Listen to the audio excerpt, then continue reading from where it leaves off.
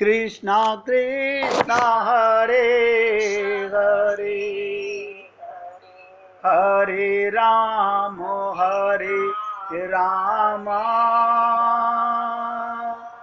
राम राम हरे हरे,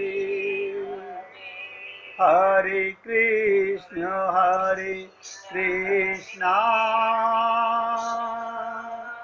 कृष्णा कृष्णा हरे हरे, हरे राम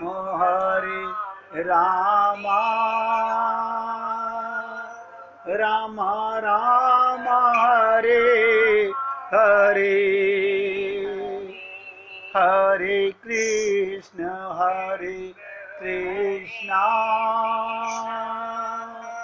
कृष्णा कृष्णा हरे हरे, हरे राम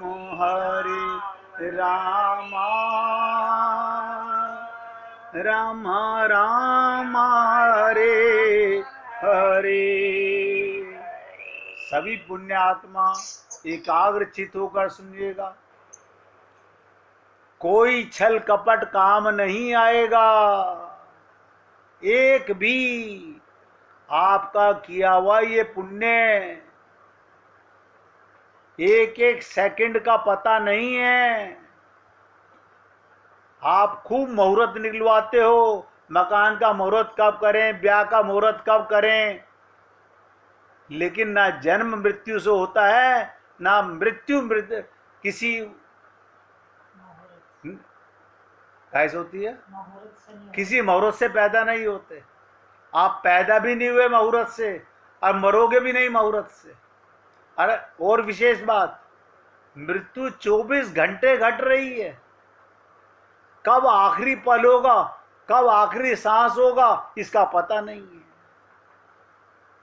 इसलिए भगवत प्राप्ति को, भगवत प्रेम को कल पर मत टालो। मैं तो सेवक आपका दास निवेदन कर सकता हूं। खूब छल कपट चल रहा है।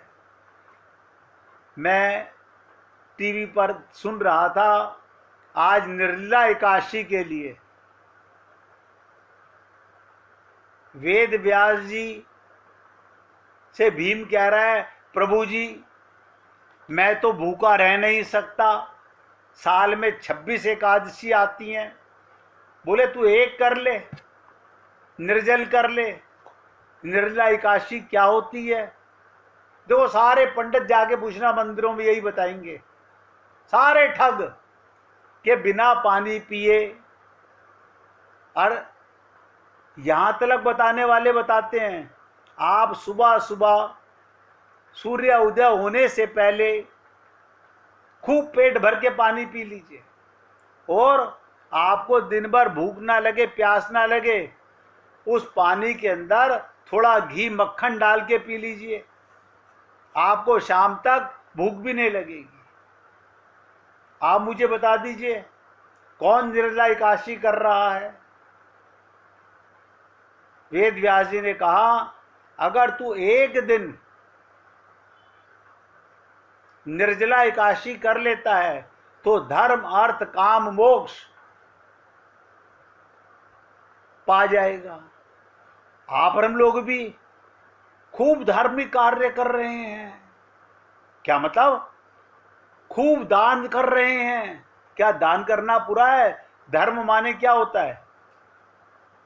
इस देह में हरि मिलत हैं। आज सुबह से शाम तक मेरा एक मन, ये मन की नदी को ध्यान से सुनो, निर्मल का मतलब क्या होता है? इस मन को निर्मल कर ले, ये मल वाला मन है, लेकिन हमने नहीं समझा। अपने मन में संसार के अंदर किसी से मन की, भगवान में मन लगा दे, ये निर्जला एकादशी है। लेकिन किसने लगाया? सुबह होते ही शाम को पकवान खाने की तैयारी होने लगी। बताइए ये धर्म क्या है? धर्म माने तो इस देह में हरी मिलतें ये धारण करना था भगवान को, किसी ने नहीं किया। दूसरा था अर्थ, इस मनुष्य शरीर में आने का अर्थ माने लाभ। क्या लाभ है? भगवान को पाना। हम क्या कमा रहे हैं? निर्जला एकादशी करने के बाद हमारे सारे पुण्य हो जाएंगे, कोई पुण्य नहीं होने वाला। ये मन के ध्यान दो, निर्जला माने कि आपका मन संसार का सोचे ना, परिवार का सोचे ना, लगातार जैसे नदी बहती है आपका मन 24 घंटे बहता है। इस जल को बहने ना दो, मन की तरंग मार लो, बस हो गया भजन। बताइए किसी ने आपको ये शिक्षा दी कि निर्जला एकादशी को अगर एक दिन आप ऐसा करके देख लो कि आपका मन संसार में नहीं किसी से बात करेगा, किसी के विषय में नहीं सोचेगा, अपने प्रभु के विषय में, अपने गुरु के विषय में, भगवान की लीलाओं में मन रहेगा। लेकिन किसका रहता है? तो धर्म भी खत्म हो गया, अर्थ भी खत्म हो गया, और काम क्या होता है? हमारी कामनाएं। अगर आपने 24 घंटे अपने मन को संसार में बहने से हटा करके भगवान के प्रेम में बहा दिया तो आपकी कामना हरी इच्छा की हो गई। लेकिन हम तो सोच रहे थे हमारा पुण्य कर रहे हैं, अगला जन्म सुधर जाएगा, परलोक सुधर जाएगा। तो ना धर्म का पता है, ना अर्थ का पता है, और कामनाएं शरीर को सुख देने की। ये मरने जा रहा है, सुनिश्चित है मरेगा, 100% मरेगा। लेकिन हम इसे सुख देने की प्लानिंग कर रहे हैं। और मोक्ष माने 84 लाख योनियों से आवागमन से छुट्टी। हम तो परलोक सुधार रहे हैं, हमें तो आना है पक्का। परलोक का क्या मतलब हुआ कि भगवान बस आज का दिया हुआ दान अगले जन्म में मेरे काम आ जाए। मैं तो देखता हूं स्त्रियां डायरी बना बना के नोट कर रही हैं। हमारे पंडित जी ने कहा था 144 चीजों का दान करना है। हम बहुत ढूंढते हैं, आल पिन का दान कर दें, सेफ्टी पिन का दान कर दें, जूड़ की पिन का दान कर दें, 144 कैसे पूरा करें? देखो खोपड़ी के अंदर अरे दान करना है तो ये अपने ज्ञान का दान करो कि मैं भगवान का अंश हूं।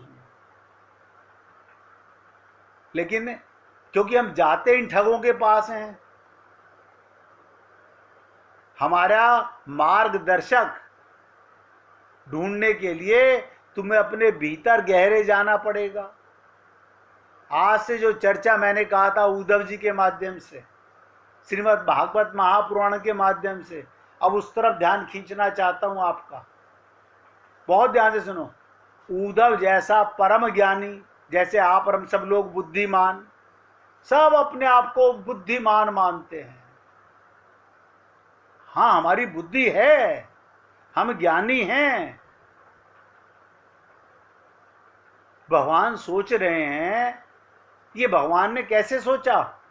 भगवान रो रहे हैं और उद्धव पूछ रहा है कि आप क्यों रो रहे हो?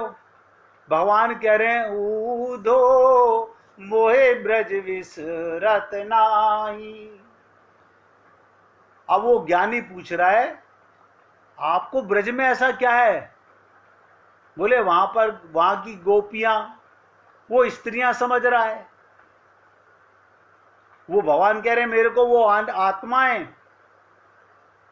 विस्मरण में नहीं जाती, उनकी याद करके भगवान रो रहे हैं। उद्धव भगवान को ज्ञान देने लगा। जैसे आप और हम लोग देखो अपने संत महात्मा को भी ज्ञान देने लगते हैं, आपको नहीं पता, हम आपको बता देते हैं।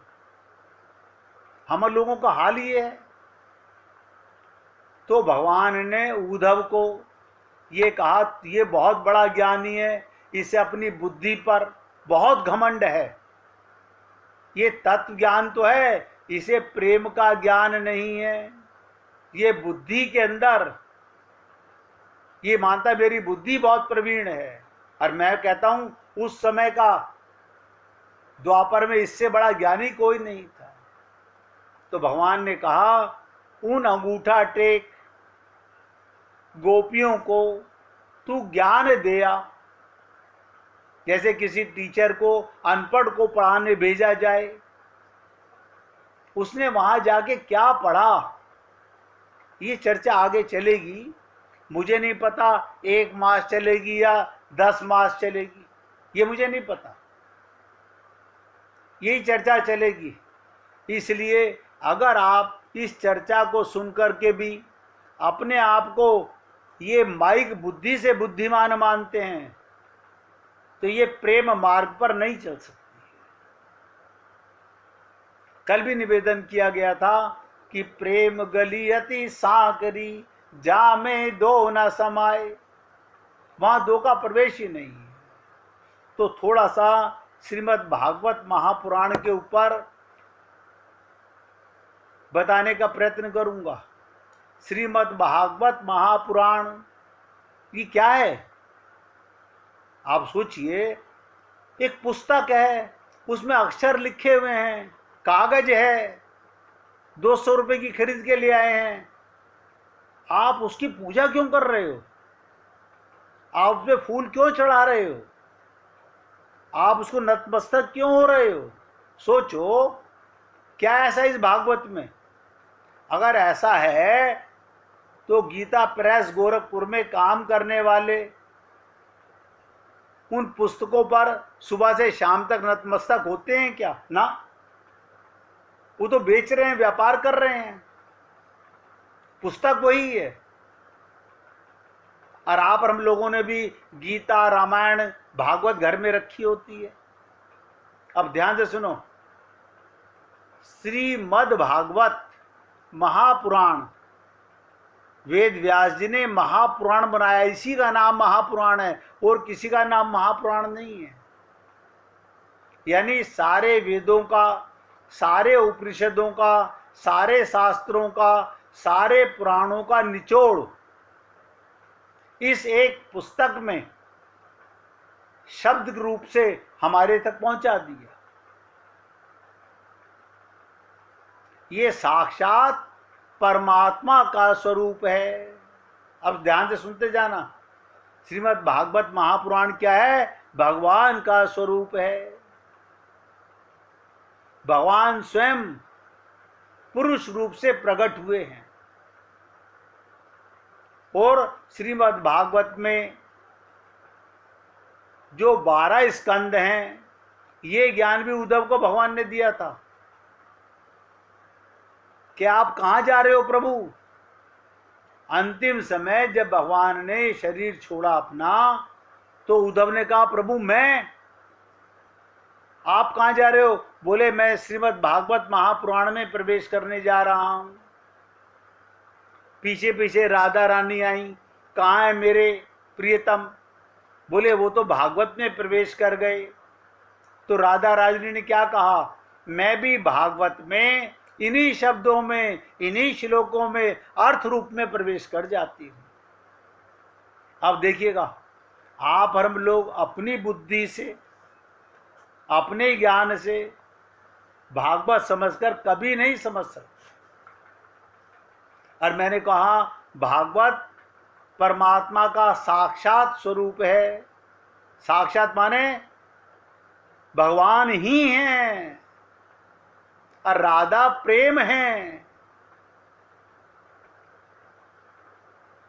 और उद्धव जी को बता के गए थे कि मेरे को पाना हो तो मेरे इस महापुराण के अंदर ढूंढ लेना, मिल जाऊंगा।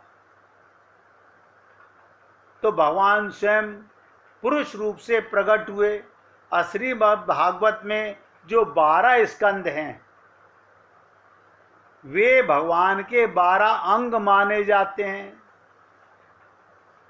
देखिए कमाल की चीज, 12 स्कंद हैं, भगवान के 12 अंग माने जाते हैं।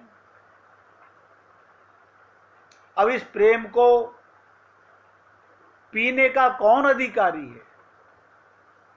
हम तो भैया दान कर लेंगे, पुण्य कर लेंगे, परलोक सुधार लेंगे, हमारे पास इतना समय थोड़ी है। हम तो व्यापारी हैं, हम बुद्धिमान हैं। अरे बाबा, ये देह ही मिला है भगवान को पाने के लिए। तो पहले स्कंद में, शॉर्टकट में बता रहा हूं, पहले स्कंद में अधिकारी को निरूपण किया गया कि कौन कौन प्रेम का अधिकारी है। पहले स्कंद में आया श्रवण का अधिकारी तो बहुत होते हैं, सुनने वाले तो बहुत होते हैं, जैसे शौनक जी, सूत जी और व्यास जी। ध्यान से सुनो, जिस समय सुखदेव परमहंस ने ये भागवत सुनाई, उस समय सारे ऋषि मुनि श्रोता थे, सौनकादिक परमहंस थे, सूत जी, व्यास जी भी सुनने आए हुए थे। लेकिन उनमें सबसे बड़ा अधिकारी कौन बना? जिसे आत्मज्ञान हो गया, जिसे ये पता चल गया इस देह में हरि मिलत हैं, इस देह को नहीं बचाया जा सकता, देह के रहते हुए हरि को पाया जा सकता है। वो थे परीक्षित। कमाल हो गया, सौनकादिकों ने सुना, सूत जी ने सुना। ये सूत जी कौन हैं? सुखदेव परमहंस के शिष्य हैं। ये अध्याय में सौनक जी की कथा और शेष सारे अध्याय में राजा परीक्षित के वंश के उन पूर्वजों की महिमा का वर्णन है। पहले स्कंद में बस यही है कि कौन अधिकारी है इस प्रेम को पीने का। दूसरे स्कंद में ये साधन स्कंद है। क्या मतलब?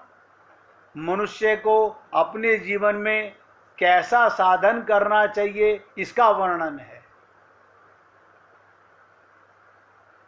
यानी पल पल का हिसाब मांगती है जिंदगी, कल की उधार मत कीजिए। भगवान के यहां भी यही लिखा है, आज नकद कल उधार। और हम परलोक सुधारने पर लगे हुए हैं। ये इस देह में हरि मिलते हैं, ये तो मिल ही गया भगवान की कृपा से।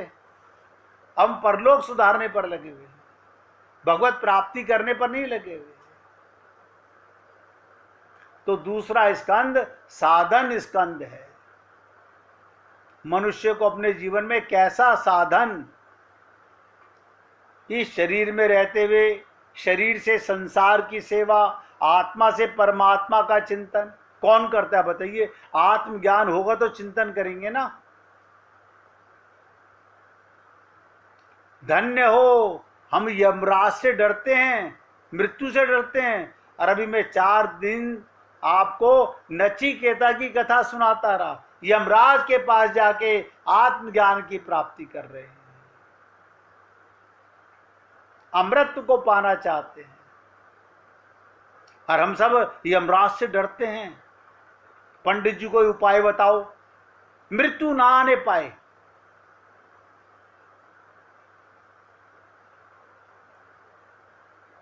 तो दूसरे स्कंद में साधन का वर्णन है। तीसरे स्कंद में प्रकृति से सृष्टि कैसे पैदा होती है, प्रकृति से सृष्टि कैसे बनती है। मैंने आपको बताया था सब कुछ परमात्मा बने हुए हैं, हम परमात्मा पर कब्जा करने लगे हुए हैं। ये जमीन मेरी, ये मकान मेरा, ये परिवार मेरा, यानी भगवान बने हुए हैं, हम उन पे कब्जा करने पर लगे हुए हैं। ये हमारी बुद्धि है।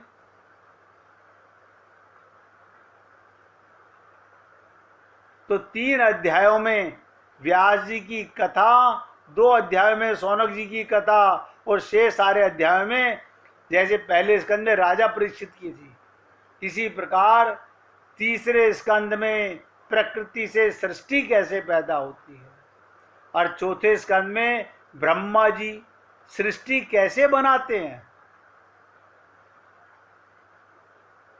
बस ब्रह्मा जी को नहीं पता मेरी उत्पत्ति कहां से हुई थी, ये भगवान ने ज्ञान कराया। ये श्रीमद् भागवत महापुराण का उदय कहां से हुआ?